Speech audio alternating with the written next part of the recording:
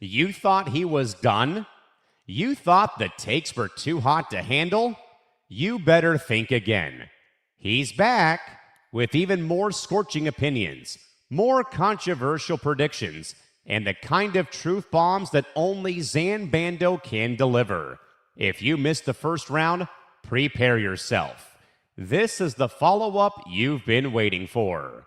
It's time for Zain Zinger Part 2, another certified hit from the Empty the Bench Network. Here's your host, Zain Bando.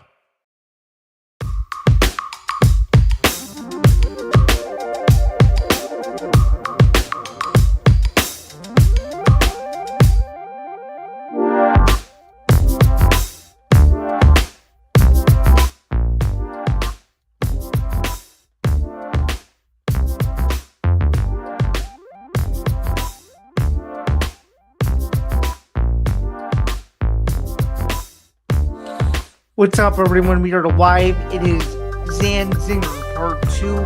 It is Saturday morning. It is a little bit after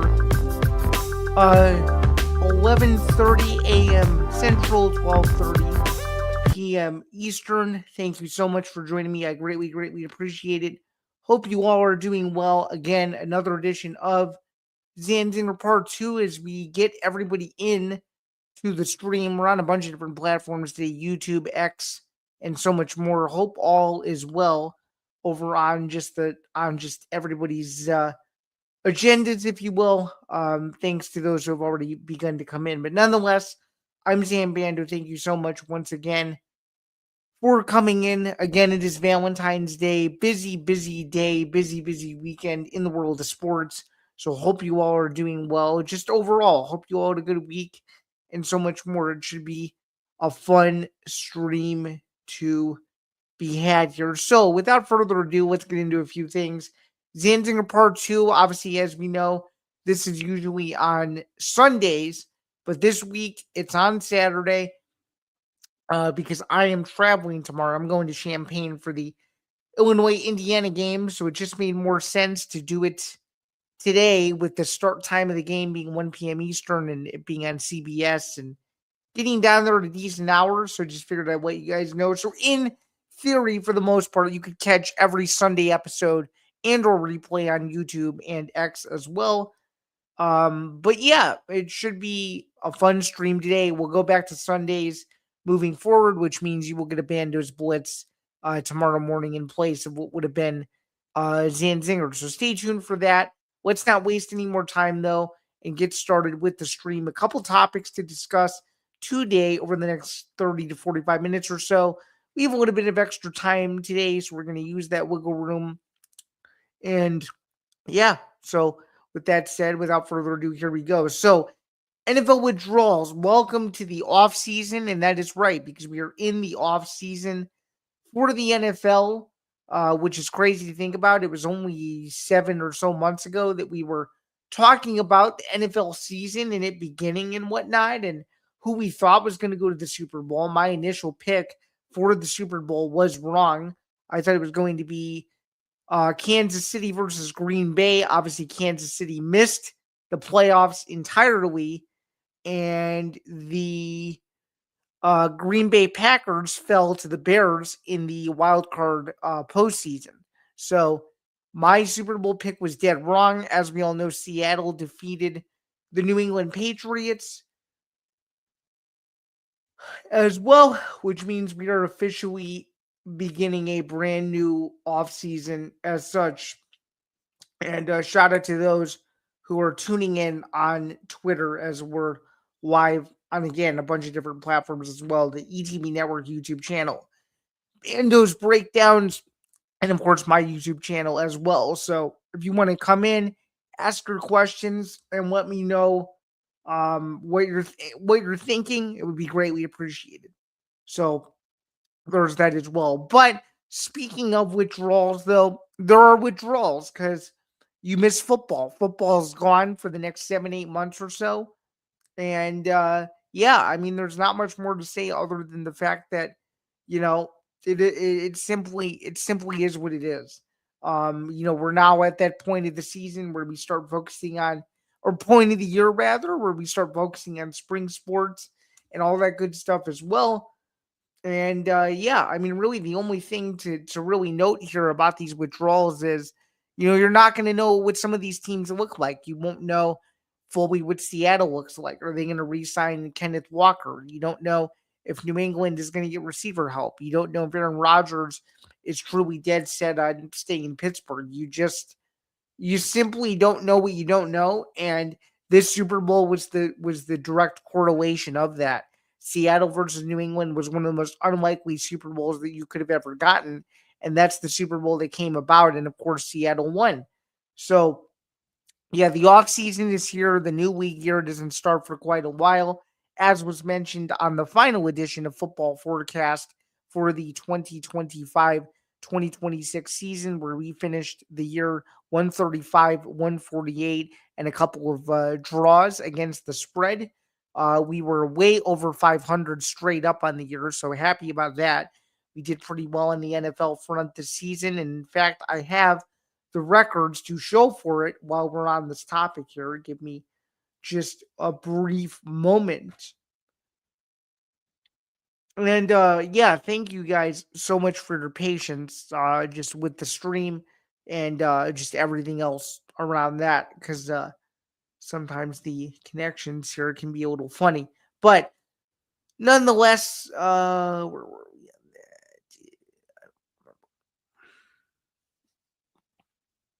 It was like 45 and 21 for what do you call it?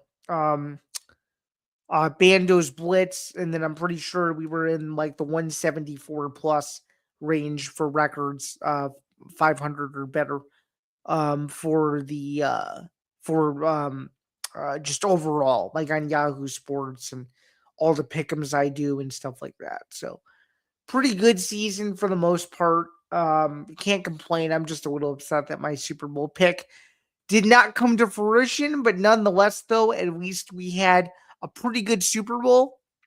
And at least we had some parity there, given that New England had an instant turnaround, and so did Seattle. So there's that as well. All right, let's kind of move on now. We're going to nauseate football for a long time as the offseason gets deeper and deeper into it. Let's discuss some UFC now, though. So for those of you who haven't seen it, earlier this week, I think it was Tuesday that this was reported, Paramount Plus sent out a press release saying that UFC 326, a portion of the card, is going to be shown live and free on CBS terrestrial TV. So I'm going to explain what that means for those that are only know the Paramount side of this. I'm going to go deeper into this, and then we'll talk about some White House rumors, and we'll also talk about Tom Aspinall, what I think the UFC is going to do with him, what I think the UFC should be doing with the heavyweight division, and all that great stuff. So, UFC 326, in a nutshell, the last two fights on the undercard, meaning the last two fights on the prelims, will be shown on CBS, and the beginning of the main card will also be shown on CBS as well. So you'll get 4 fights in total from 8 p.m. Eastern to 10 p.m. Eastern on Saturday, March 7th. So that's how that's going to work. You will get the entire card on Paramount Plus like you normally do, but if need be, you can go over and in Paramount, you can watch the regular CBS broadcast of these 4 fights I'm talking about. And again, they're not fully fleshed out. The order is not fully done yet, but it would be the final 4 fights of or the 4 fights with 2 at the end and 2 leading into the upper portion of the main card. So leading into the future fight of the main card. Nonetheless, though, this is a huge deal. And the reason why I say it's a big deal is because I think it's one of those things where the UFC knows that they have to start this Paramount deal off with a splash. Okay, and they know that Max Holloway and Charles Oliveira, this rematch will drive a lot of eyeballs. Okay, this rematch will drive a lot of intrigue. This rematch will drive fanfare. This rematch will drive ticket sales. And most certainly, this rematch adds to the mystique of what already is a belt that a lot of people don't consider legitimate. Well, these two guys are former champions in their own right. Charles Oliveira was a former UFC lightweight champion, and Max Holloway was a former UFC featherweight champion. Okay, so these are two of the most BMF centric fighters you could possibly get, to where there really aren't any other fights that make logical sense for a BMF other than the one that they put together in Las Vegas. So I think this precursor, by doing it on CBS, by telling people, hey, here's a flavor of what to expect throughout the night. If you haven't already subscribed to Paramount, go do that. You get a great deal for $13.99 a month. You get every UFC event for free. You get, well, most of the archive. It's not the full archive, but it's certainly most of the archive that you get on the app. The full archive is not up yet. I've already ranted about it. I'm not going to waste any more time until the library is fully functional. But it is worth noting that this is going to be a regular occurrence for bigger UFC events. The UFC is going to do this. It's going to do this to drive everything I just said. But more importantly, it's going to get CBS, meaning those three letters, at the forefront of what the UFC is trying to do and what they're trying to build in the United States as a free model, to where if you pay this a la carte subscription, essentially you get anything and everything you could ever want. So not only that, it shows the inclusion of what CBS is trying to do. They're not just trying to raise advertisements. They're trying to get people to scroll on their televisions, realize nothing else is on, and then turn on whatever their local CBS affiliate is and watch a portion of the card. And maybe it's the first time people have ever watched the UFC. So they're genuinely interested in what is truly going on, which I think would be very cool. If they're able to convert new fans out of this, and then they're like, oh, we have this event coming up in Miami, and there's a rumored, I'm not going to say where it is, but there's a rumored numbered event on the East Coast, potentially in May, that I think could draw a lot of eyeballs. It's a location that, usually does fairly well and has hosted some big fights. I'm not going to say where the location is, but it could incentivize people to go, oh, this is interesting. I didn't realize that this wasn't a seasonal sport. This is a year-round sport that I can watch really at any time. They only have 9 off weeks a year, and this happens to be one of them on the day that we're recording this. On Valentine's Day, there's no UFC tonight, and there's no boxing. So therefore, you have 1 week for a bit at least. You have 1 week until probably the beginning of June, I would guess. There's probably not going to be a card the week before the White House card, I would assume. Or maybe it'll be the week before they go to Macau. But I'm pretty sure there's not going to be a break for about 8 to 10 weeks after this week. So enjoy this break while you can. But I think this could get, someone, who's younger to say, hey, I like this now because I saw this on free TV. It's not going to be like the Tough Boom, I don't think, where people tuned into Griffin Bonner and people are like, you need to watch the Masters over this. It's going to be a new generation of fans that say, the first time I saw the UFC was on CBS. And that's how I became a fan of it. And I'm sure there's going to be people that are going to do exactly that. They're going to tune in for the first time, ask what the heck this UFC thing is. And now with the advantage of social media, there's so many things you can look up now. There's guides on how to, become a UFC fan and how to become an MMA fan and how to follow the whole sport and the rankings and all that. I'm sure there's going to be some guy out there that's going to say, hey, I'm interested in watching this product because it was made, because it was provided to me on free television. And I think that's the hook. They want at least, 10, 15, 20, 30, 100 people to turn off their TV, whether it's, they only watch those 4 fights and they choose not to subscribe, which, again, I get it. But they're going to want to say, okay, we got a bunch of new people hooked. Let's bring them back for the next one and the next one and the next one. Then there's guys like me that have been in the trenches since the Spike TV era, we're like, this is old hat for us. We're just excited that it's on free TV. But there's going to be people that are going to be scrolling that night, realizing that nothing is on, and then going, okay, let's check out UFC and let's see what this really is all about. So I'm excited to see what could come of this.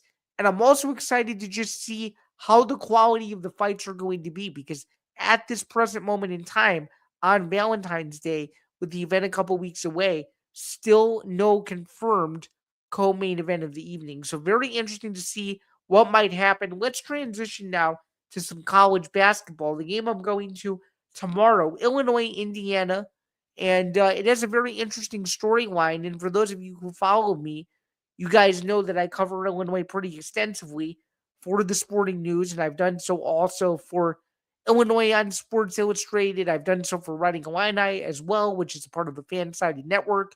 Now, pretty much all my work is over at the Sporting News if you want college stuff. But if you guys have been following the season, you know that Illinois had won 12 games in a row before losing back-to-back games to two very good teams. All of a sudden, one of them coming out of nowhere a bit. The Wisconsin Badgers, Illinois lost to them 92-90 in overtime earlier this week. And of course, Illinois lost to Michigan State in overtime this past Saturday in East Lansing in a great game. So Illinois has lost two in a row for the first time this season, but they've done so on this 12-2 run that they've been on without two of their stars in Kylan Boswell and Andrei Stojakovic. And head coach Brad Underwood spoke to the media today. I wasn't down there. I could have been down there today if I really wanted to, but Brad Underwood spoke to the media today at Auburn Basketball Complex, which is where the team practices on a daily basis, and gave a very interesting update about the status of Kylan Boswell and Stojakovic. So we're going to play that in just a second. And Underwood was very candid when he said what was really going on with both of those guys. And I'm curious to see what you guys think of my reaction to this as it's starting to circulate across social media. So I appreciate you guys. And by the way, for those of you who are attending tomorrow's game, please be sure to get there early. It's a stripe game, so half of the stadium and State Farm Center is going to wear orange. The other half is going to wear blue. So would appreciate it if you guys showed out. If you're an Illinois fan, Indiana fan, or just a college basketball fan in the area, I would appreciate if you guys showed out, because it's going to be a great game. It's on CBS, so even if you can't make it, it's free to air. Again, another reason to get Paramount Plus, you get free CBS. So let's hear what Underwood had to say here, guys. Appreciate you, and let's pop it up. Here we go. And then let's...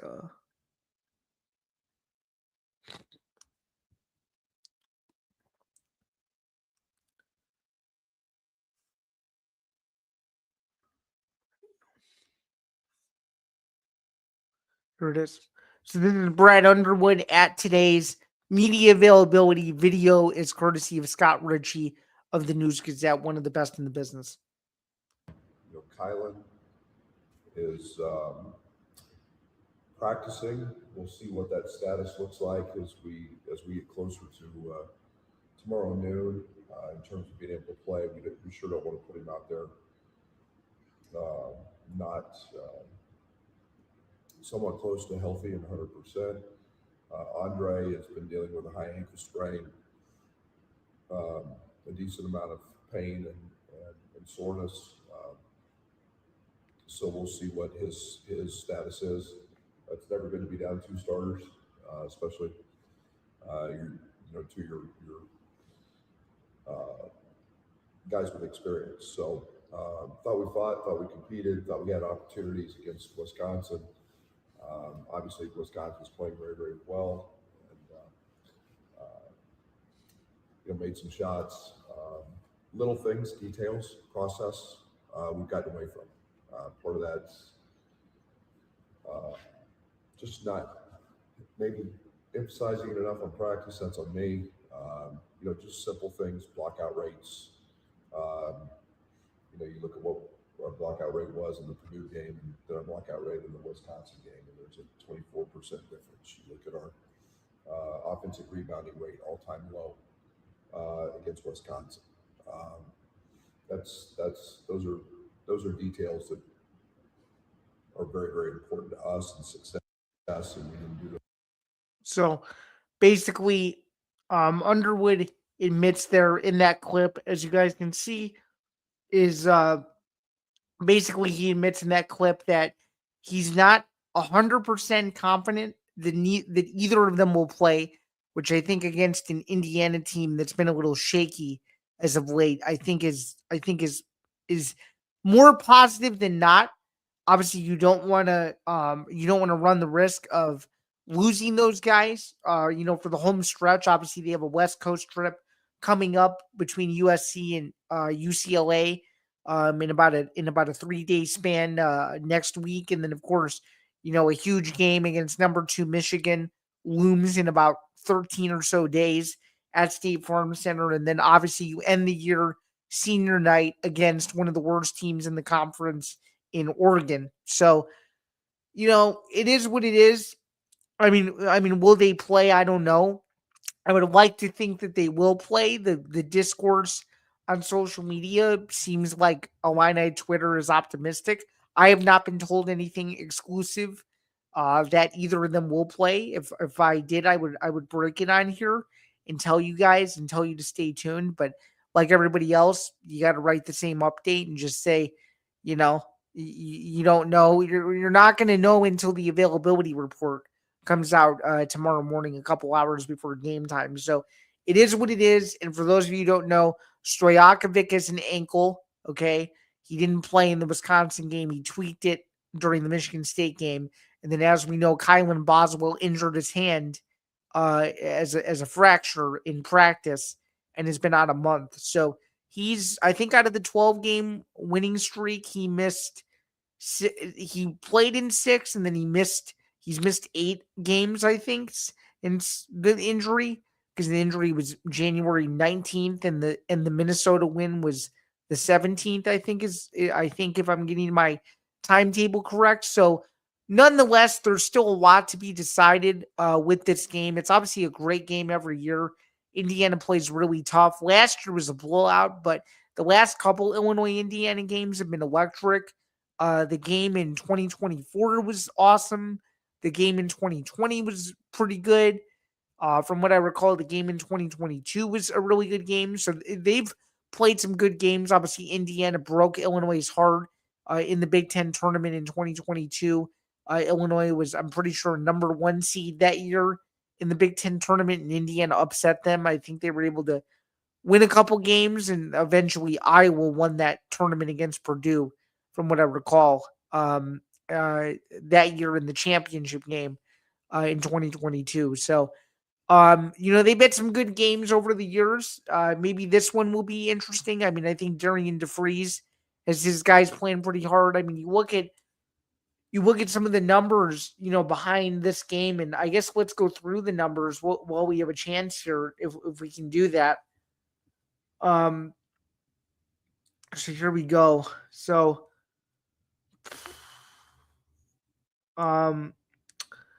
So by the way, a stripe game note while we're here, and I've been to a few of these games since they started these.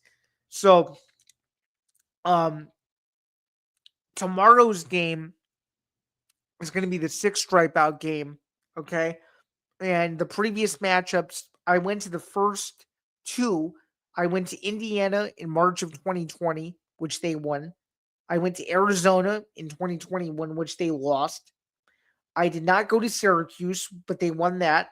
And I went to Tennessee. So so far, I've been to 3 out of the 5, and tomorrow will be 4 out of 6, only missing Syracuse and Indiana. So I've been to a bunch of these games before.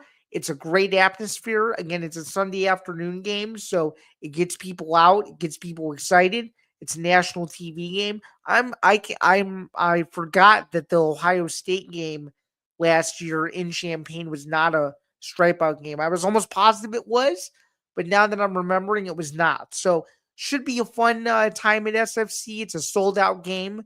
So is the game against Michigan. People are still, putting out resale tickets, of thinking that Michigan is going to be number 2 or number 1 if Michigan keeps winning. It certainly looks that way. But Illinois right now is in a tight race in the Big Ten. It's currently sitting at number 2. You'd like some movement today. If Northwestern upsets Nebraska, that could be huge for Illinois. If Michigan loses to UCLA, that game just got underway a couple minutes ago in Ann Arbor. That could be a huge upset swing type momentum. If, Michigan State just lost last night, if Michigan State keeps losing, that might be good. If Wisconsin somehow slips up, which I don't know, Wisconsin arguably has 3 of the best wins in the country, and that kind of moves me over to my college basketball outlook here. As we get closer to the end of the stream, we'll probably go about 35, 40 minutes. We still have a few more topics to get through, but it kind of moves into a perfect segue. College basketball has been a nutty year so far, but when you look at the Big Ten, there's just so much movement. You just don't know with some of these teams. But what I do know is Illinois, to me, has 2 of the best road wins in the country. I think that's what sets them apart from some of these other teams. They have road wins against Purdue and Nebraska. Those are gigantic resume wins. And then you look at a team like Illinois that's only lost 2 home games all year, and one of them is to Nebraska, and the other one is to a Wisconsin team that's got to be pretty good. So, you look, and the resumes to me are very strong throughout the entire top half of the league. I think is very interesting, and I think some of these teams are separating themselves. Can Wisconsin remain in the Big Ten title hunt? I don't know, but what I can tell you is I'm excited. I'm excited to see what may transpire from some of these games today, some of these games tomorrow, some of these games next week. Like, it's going to be a great end to the Big Ten season. And, when you get to March in the Big Ten tournament in Chicago, all bets are off. And I'm just excited to see how this college basketball season ends, because I think it has a chance to be unbelievable. So figured I would mention that as well. Zuffa Boxing 03 tomorrow night, Meta Apex in Las Vegas, the main event. Martin versus Degbu or Ojegba, or however you pronounce his name. In the main event of the evening, it's a heavyweight fight. It's an 8-fight card as well. Let me go over my picks for that card while I have you guys here. By the way, we are 12-4 for the first 2 Zuffa boxing events in 2026. So we're looking to keep it going with another solid outing on Sunday evening only on Paramount Plus. Of course, let's take a look at the event itself while we have a chance. I appreciate you guys just sticking with me here. Ojegba versus Martin. Yep. So this Sunday, tickets are still available at 6 Eastern start.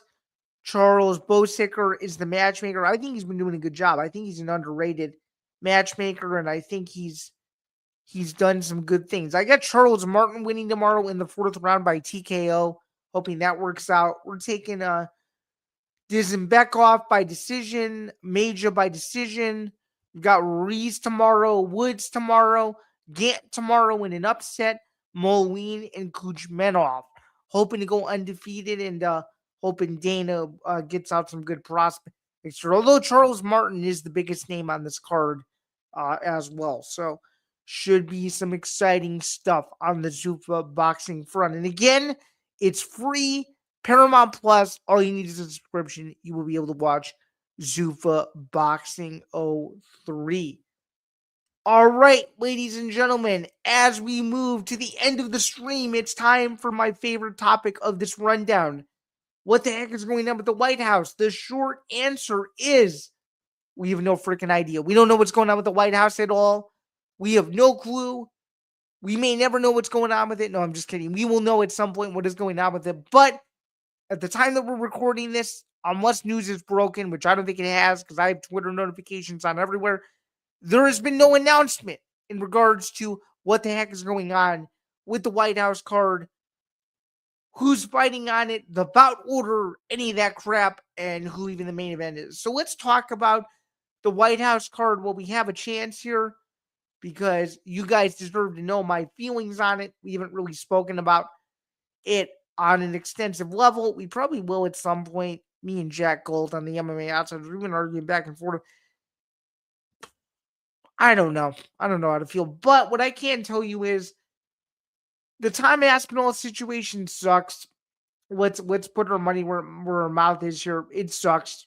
It's disappointing. It makes people look bad. What are you gonna do? So what you're gonna do is you're gonna try to make people happy, but it may come at the expense of some. So let me explain. So Tom Aspinall obviously has this severe eye injury. He's been getting operated on it now. There was that huge story, Pete Carroll and Crown. People have differing opinions about it. Was it just a fluff piece on Aspinall to get people to, I don't know.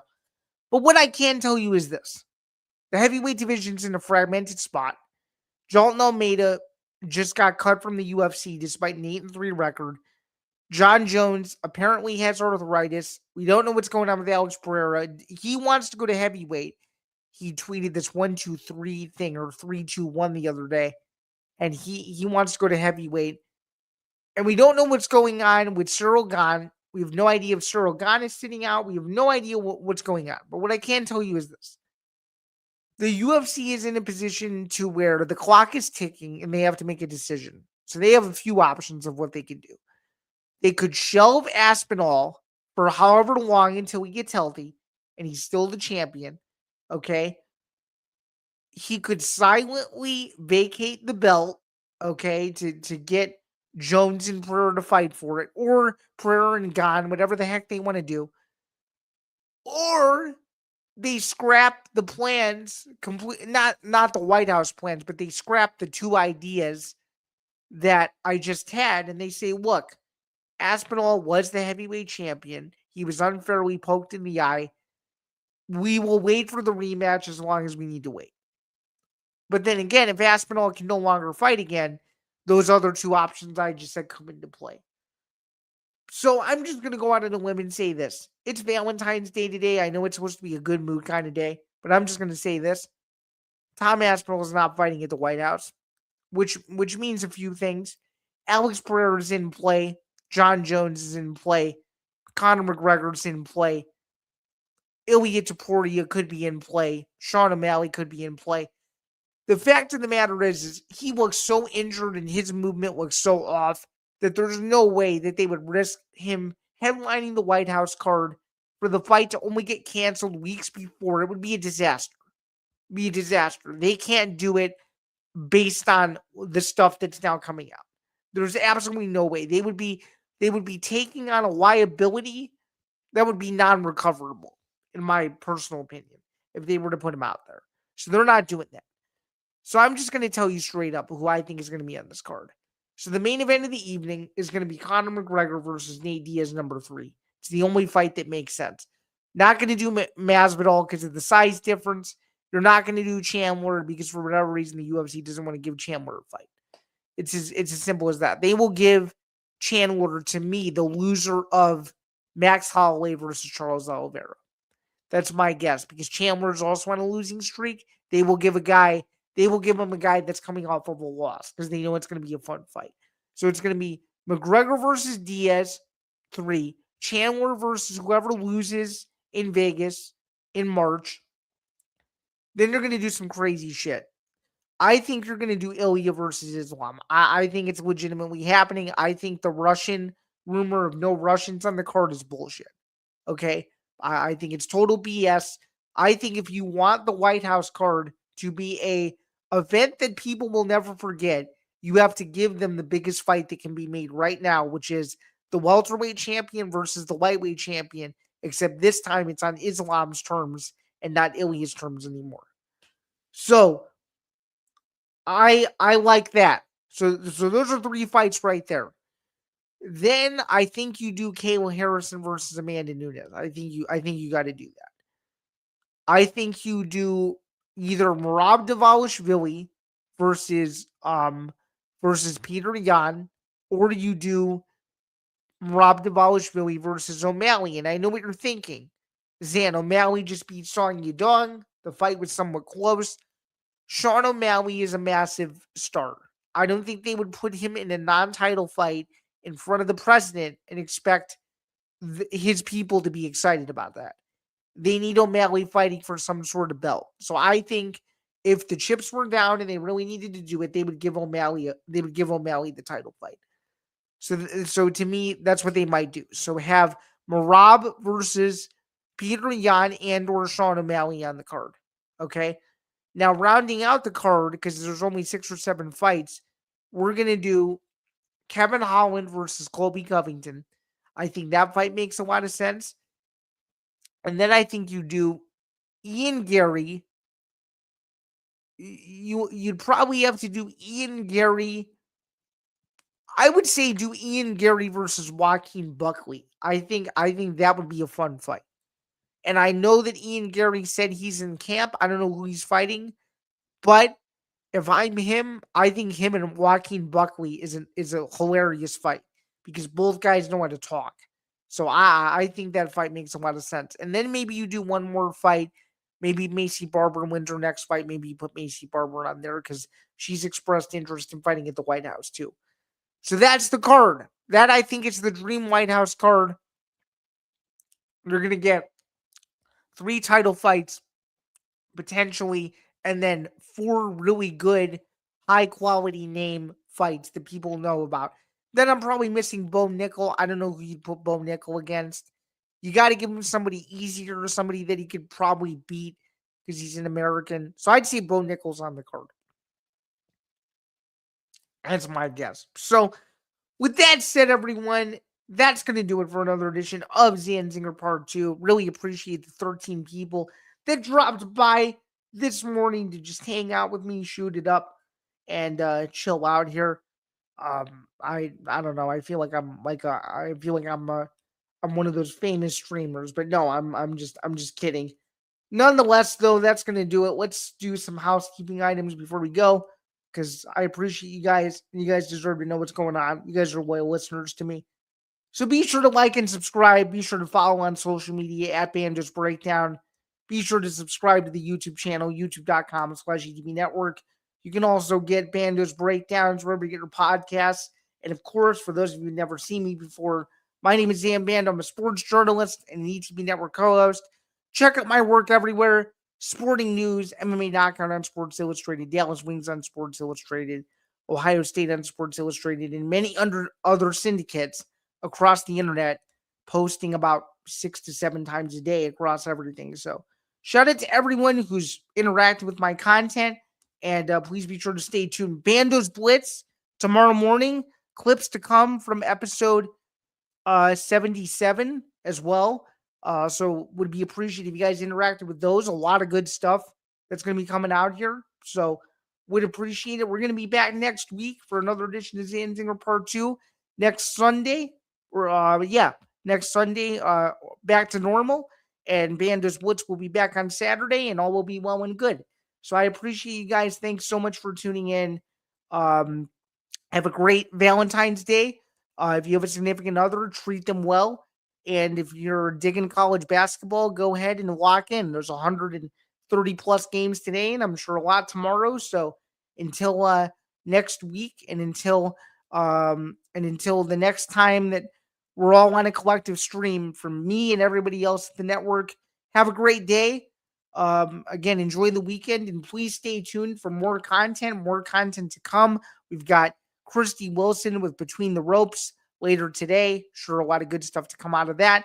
And of course, the ETB Lounge is moved for this week to Sunday with Nick DiMartino and a bunch of the guys as well on Sunday night. And then, of course, back to the regular rotation. We've got Press Row. We've got another edition of Lounge, I'm pretty sure. We've got a bunch of stuff in the pipeline as well. And we could be adding some newer, fresh faces to the network here in the near future. But until next week, I'm Zain Bando. Thanks so much. I appreciate you all. Cheers and have a good one. Thanks.